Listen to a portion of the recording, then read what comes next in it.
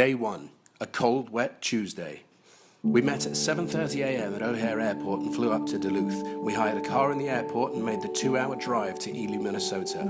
We met our friend Steve and Ginny from Spirit of the Wilderness Outfitter and picked up some gear, canoes, and bait. Eric dropped the car off at entry point 24, Fourtown Lake, which was to be our exit, and then we all got a ride to entry point 23, Mudro. We were hoping to make it up to the middle of Fourtown on the first day and camp somewhere near the portage to Horse Lake, but a couple of things held us back. We had intended to share the food and drink between our 4 packs for portaging and hang it all in a tree at camp. But with the weather not looking great, we made a late change of plans and borrowed a bear barrel from the outfitter. With our canoes, packs, and the additional bear barrel, it meant we had to double all 3 portages on the first day, which added nearly an hour to our travel time. This is day 1. We got into the lake about 3 o'clock and it's just been raining ever since then. I don't know if you can see the rain on the water, but it's been raining non-stop. Beautiful day on the lake.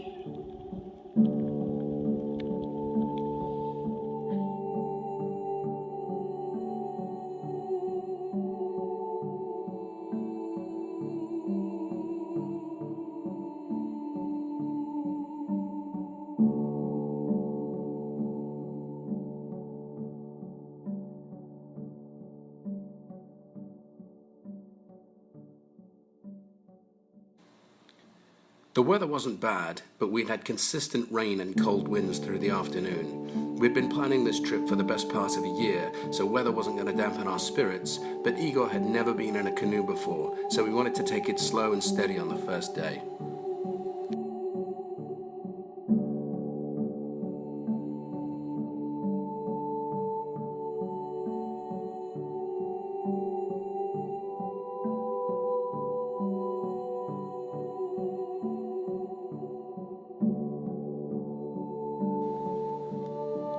It's a fascinating series of emotions that you go through in the early part of a trip like this.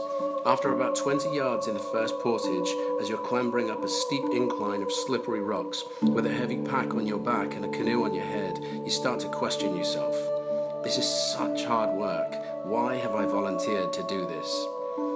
As you come out the other side of the collection of 3 portages between Mudro and Fourtown and find you have no phone signal, no connection back to normal life, no people out here, no buildings, no TV, there is a sense of real apprehension because there is some danger. There's wildlife out here. You might get sick.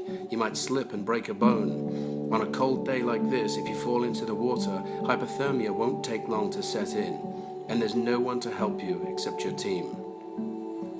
But there is also a sense of elation. As the vastness of the wilderness opens up before you, the immensity of the lake, the rocks and trees, the big open sky, you get a real sense of freedom and joy, and the exhilaration of being on the cusp of a genuine adventure.